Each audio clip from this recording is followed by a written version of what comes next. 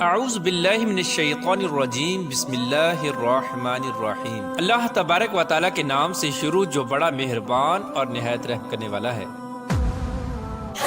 اس بات کے اندر کوئی شک نہیں کہ ہر دور کے اندر اللہ تبارک و تعالیٰ نے ایمان والوں کو کسی نہ کسی فتنے یا آزمائش میں مبتلا کر کے ان کو آزمایا ہے، اور ہر امت میں ایمان والوں کا امتحان لیا گیا تاکہ اس بات کا بخوبی اندازہ لگایا جا سکے کہ کون دین کے ساتھ مخلص ہے اور کون منافق۔ لیکن ہر امت کے جن لوگوں نے اس امتحان کو پاس کیا اور حق کے ساتھ ڈٹے رہے تو وہ جنت کے مستحق قرار پائے، اور جن لوگوں نے اللہ تبارک و تعالیٰ کی وحدانیت کا انکار کیا اور شرک کے اندر مبتلا ہو گئے تو وہ جہنم کا ایندھن بن گئے۔ پیارے دوستو، جس طرح یہ دنیا اپنے اختتام کی طرف بڑھ رہی ہے اور وقت بڑی تیزی کے ساتھ گزرتا چلا جا رہا ہے، اسی نفسا نفسی کے عالم میں ایک وقت ایسا بھی آنے والا ہے جس وقت کے اندر ہم کو بھی آزمایا جائے گا۔ اس آنے والے دور کے اندر بہت سارے فتنے رونما ہوں گے جن فتنوں سے ایمان بچانا ناممکن سا ہو جائے گا، اور وہ ایسا دردناک دور ہوگا جس کے فتنے اور آزمائش سے صحابہ کرام بھی پناہ مانگا کرتے اور رویا کرتے ہیں۔ پیارے دوستو، آج کی اس ویڈیو میں جس فتنے کے بارے میں ہم بات کرنے والے ہیں، اس فتنے کے بارے میں آج سے 1400 سال پہلے حضور پاک صلی اللہ تعالی علیہ وآلہ وسلم نے اپنی امت کو مکمل طور پر آگاہ کر دیا تھا تاکہ میری امت اس فتنے سے بچ سکے اور اپنے ایمان کی حفاظت کر سکے اور کامیاب لوگوں میں سے ہو جائے۔ پیارے دوستو، فتنہ دجال قیامت کی نشانیوں میں سے سب سے بڑی نشانی ہے۔ فتنہ دجال ایک ایسا فتنہ ہے جس کے بارے میں خود رسول پاک صلی اللہ تعالی علیہ وآلہ وسلم اللہ تبارک و تعالیٰ سے پناہ مانگا کرتے تھے، اور جب حضور پاک صلی اللہ تعالی علیہ وآلہ وسلم اپنی مجلس کے اندر دجال کا ذکر کرتے تو صحابہ کرام اس فتنے سے پناہ مانگا کرتے اور رویا کرتے۔ پیارے دوستو، آج کی اس ویڈیو میں قیامت کے سب سے بڑے فتنے یعنی دجال کے بارے میں بات کریں گے، اور ہم آپ کو بتائیں گے کہ دجال کے خروج سے پہلے دنیا کے حالات کیسے ہوں گے، اور دجال کون سی بستی سے ظاہر ہوگا، اور دجال کے خروج کا وقت کتنا قریب آ چکا ہے، اور دجال کے فتنے سے بچنے کے لیے دجال کو کیسے پہچانا جائے گا، اور دجال کی نشانیاں کون کون سی ہوں گی، اور دجال جب دنیا کے اندر ظاہر ہوگا تو وہ کس طرح خدائی کا دعویٰ کرے گا، اور وہ اپنی جنت اور دوزخ کے ذریعے کس طرح معصوم لوگوں کو گمراہ کرے گا، دجال کی شکل و صورت کیسی ہوگی، اور دجال اس دنیا کے اندر کتنے دن رہے گا۔ پیارے دوستو، ان تمام تر سوالات کے جوابات قرآن و حدیث کی روشنی میں آج کی اس خاص ویڈیو میں ہم آپ کو بتائیں گے، لہٰذا آپ سے گزارش ہے کہ ہماری اس ویڈیو کو اینڈ تک ضرور دیکھیے گا۔ پیارے دوستو، سب سے پہلے بات کرتے ہیں کہ دجال کا خروج کہاں سے ہوگا۔ اس کے بارے میں حضور نبی کریم رؤوف الرحیم صلی اللہ تعالی علیہ وآلہ وسلم نے ارشاد فرمایا کہ دجال کا خروج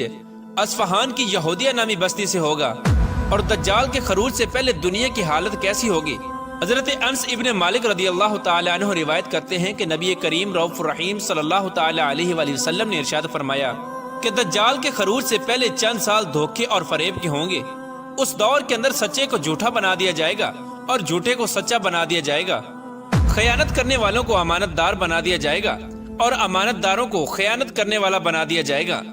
حضور نبی کریم رؤوف الرحیم صلی اللہ تعالی علیہ وآلہ وسلم نے دجال کے بارے میں خبر دیتے ہوئے ارشاد فرمایا، جب لوگ دو جماعتوں کے اندر تقسیم ہو جائیں گے، ایک اہل ایمان کی جماعت ہوگی جس کے اندر بالکل بھی نفاق نہیں ہوگا، اور دوسری جماعت منافقوں کی ہوگی جن کے اندر بالکل بھی ایمان نہیں ہوگا۔ جب یہ دونوں جماعتیں اکٹھی ہو جائیں، یعنی اہل ایمان ایک طرف اور منافقین ایک طرف، تو اس وقت تم لوگ دجال کے خروج کا انتظار کرو کہ وہ آج آئے گا یا کل آئے گا۔ حضرت اسماء بنت یزید انصاریہ رضی اللہ تعالی عنہ روایت کرتی ہیں کہ رسول اللہ صلی اللہ تعالی علیہ وآلہ وسلم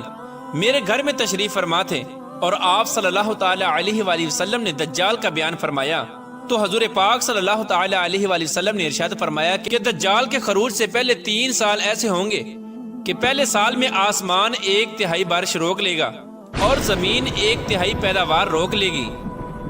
اور دوسرا سال ایسا ہوگا کہ آسمان 2/3 بارش روک لے گا اور زمین 2/3 پیداوار روک لے گی، اور تیسرا سال ایسا ہوگا کہ آسمان مکمل طور پر بارش روک لے گا اور زمین مکمل طور پر پیداوار روک لے گی، اور قحط سالی کی وجہ سے ہر طرح کے جانور اور مویشی ہلاک ہو جائیں گے۔ پیارے دوستو، حضرت انس رضی اللہ تعالی عنہ بیان فرماتے ہیں کہ نبی کریم رؤوف الرحیم صلی اللہ تعالی علیہ وآلہ وسلم نے ارشاد فرمایا، اس روئے زمین پر کوئی نبی ایسا نہیں بھیجا گیا جس پیغمبر نے اس کانے کذاب سے اپنی امت کو نہ ڈرایا ہو،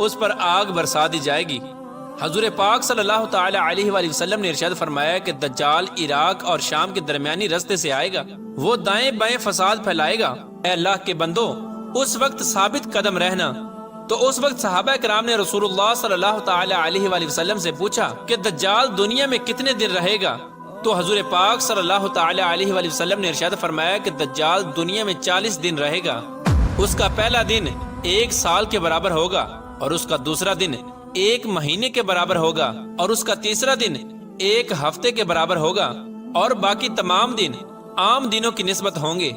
پیارے دوستو، دجال کے پاس اتنی طاقت ہوگی کہ وہ اس تیز رفتاری کے ساتھ سفر کیا کرے گا جس طرح ہوا بادلوں کو اڑا کر لے جاتی ہے۔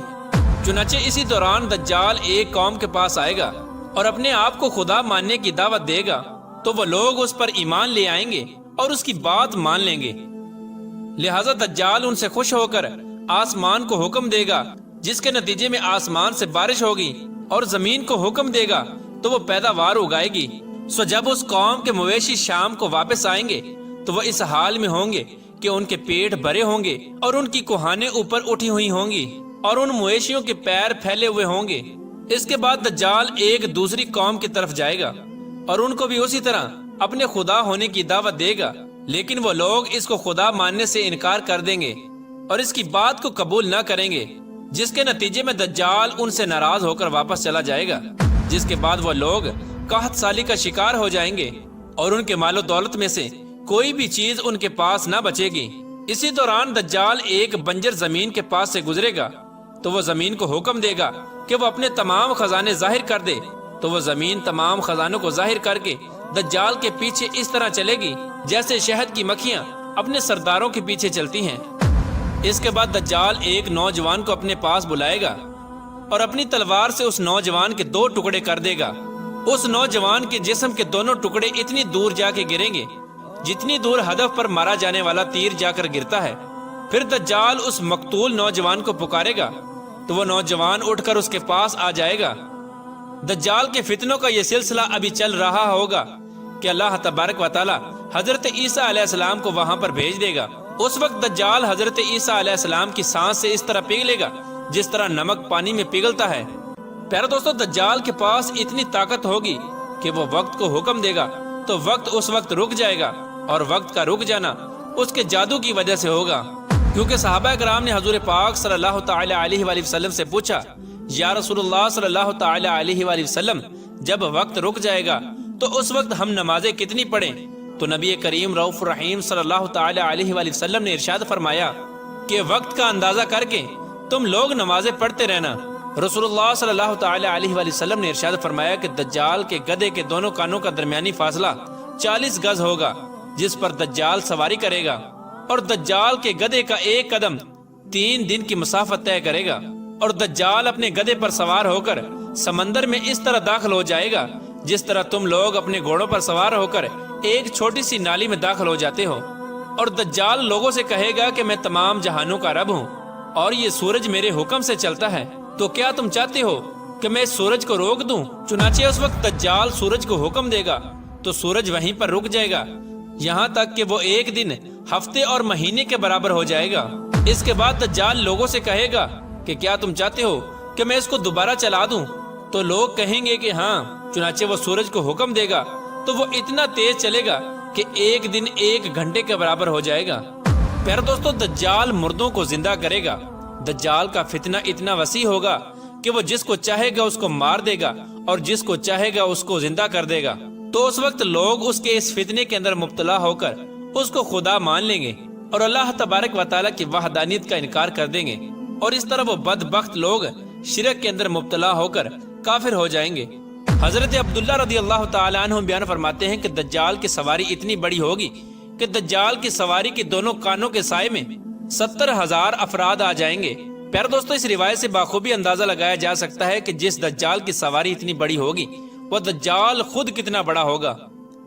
پیارے دوستو، پوری دنیا کے اندر فتنہ پھیلانے کے بعد دجال مکہ کی طرف جائے گا اور مکہ میں داخل ہونے کی کوشش کرے گا، لیکن اللہ تبارک و تعالیٰ کی طرف سے وہاں پر ایک نگہبان فرشتہ مقرر ہوگا جو دجال کو داخل نہ ہونے دے گا۔ اس وقت دجال ایک زوردار چیخ مارے گا جس کی آواز سن کر مکہ میں رہنے والے تمام منافق لوگ باہر نکل آئیں گے اور دجال کی جماعت کے ساتھ شامل ہو جائیں گے۔ اس کے بعد دجال مدینے کی طرف جانے کی کوشش کرے گا، لیکن وہاں پر بھی اللہ تبارک و تعالیٰ کی طرف سے ایک نگہبان فرشتہ مقرر ہوگا جو دجال کو مدینہ میں داخل نہیں ہونے دے گا، اور وہاں پر بھی دجال ایک دردناک چیخ مارے گا، جس کی وجہ سے مدینے میں رہنے والے تمام منافقین لوگ باہر نکل آئیں گے اور دجال کی جماعت کے اندر شامل ہو جائیں گے۔ پیارے دوستو، اس کے بعد دجال فلسطین کی طرف روانہ ہو جائے گا۔ فلسطین میں جب وہ مقام لد پر پہنچے گا تو اس وقت حضرت عیسیٰ علیہ السلام وہاں پر ظہور پذیر ہوں گے اور اپنے نیزے کے ساتھ دجال کو ہلاک کر دیں گے۔ پیارے دوستو، اس طرح دجال کے فتنہ کا خاتمہ ہوگا اور اس طرح اللہ تبارک و تعالیٰ ایمان والوں کا امتحان لے گا۔ جو لوگ سچے مسلمان ہوں گے وہی لوگ اس امتحان کے اندر پاس ہوں گے، اور جو لوگ منافق ہوں گے اور جو برائے نام مسلمان ہوں گے وہ دجال کے فتنے کے اندر مبتلا ہو کر جہنم کے مستحق قرار پائیں گے اور ہمیشہ ہمیشہ کے لیے جہنم کا ایندھن بن جائیں گے۔ اللہ تبارک و تعالیٰ سے دعا ہے کہ اللہ تبارک و تعالیٰ قرب قیامت میں ظاہر ہونے والے تمام فتنوں سے ہمیں نجات عطا فرمائے اور ایمان کے ساتھ حضور صلی اللہ تعالی علیہ وآلہ وسلم کی محبت کے اندر جینا مرنا نصیب فرمائے۔